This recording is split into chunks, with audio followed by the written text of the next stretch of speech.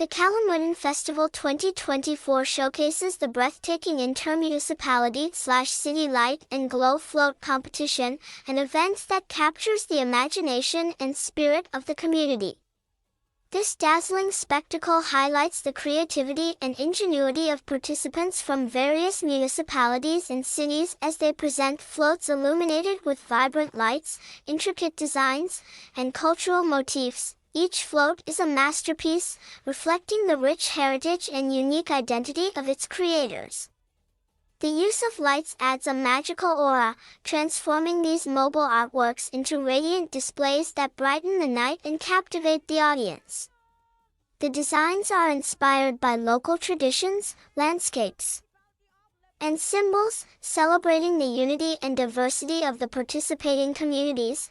The competition is more than just a visual feast, it is a testament to the collaborative effort and pride of the people involved. The preparation of these floats requires months of dedication, teamwork, and creativity, as artists, craftsmen, and community members come together to bring their visions to life. Accompanied by lively music and enthusiastic cheers, the parade of floats creates an electrifying atmosphere that draws crowds in awe and admiration. Each float tells a story, shining a light, both literally and metaphorically, on the cultural richness and unity of the region. The Kalimudan Festival Light and Glow Float competition is not just an event. It is an unforgettable experience that celebrates community spirit, creativity, and cultural pride, leaving a lasting impression on everyone who witnesses it. Tatawagin natin isa-isa!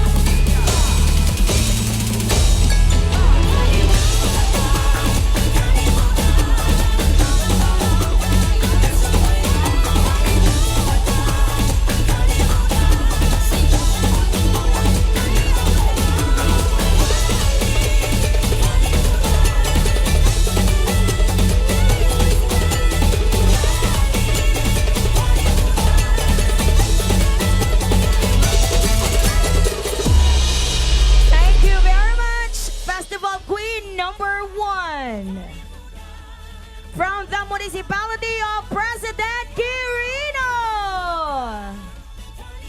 And now let's give it up for our Festival Queen number 2, coming from the Municipality of Esperanza.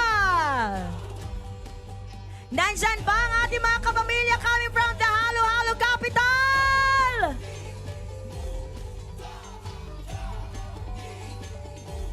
Festival Queen number 2, your time starts now.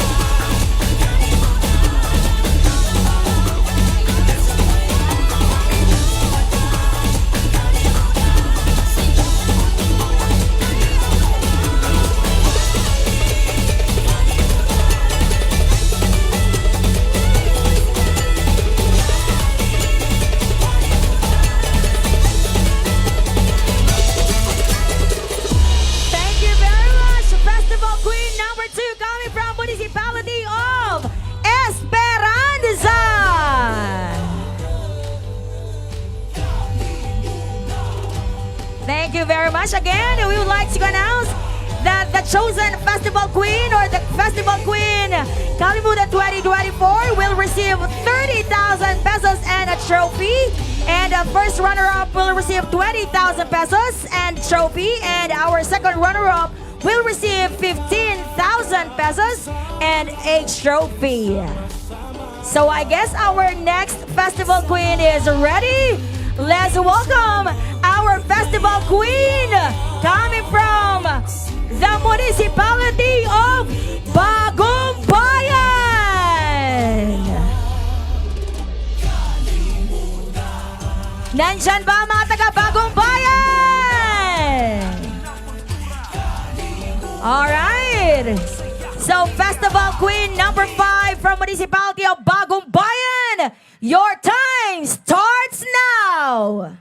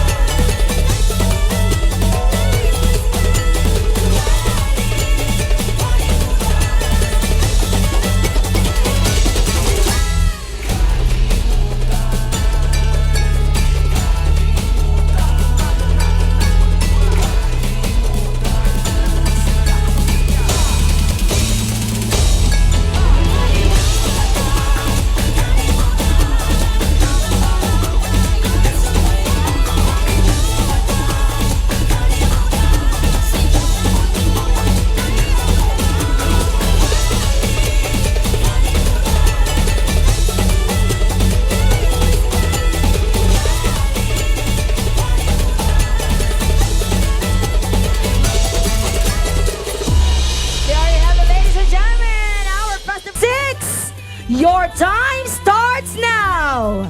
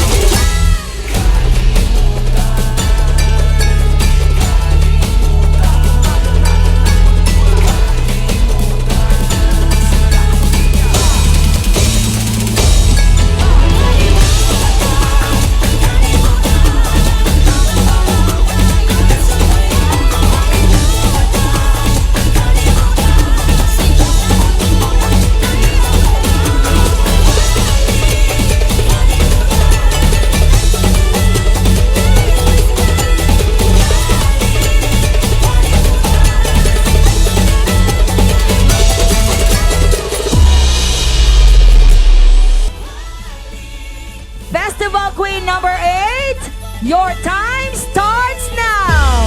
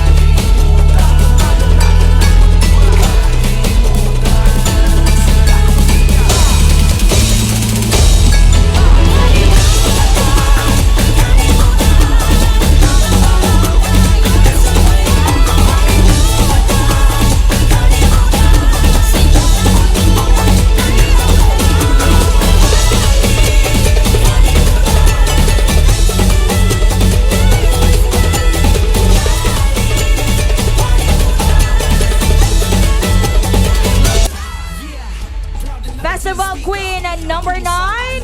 Your time starts now.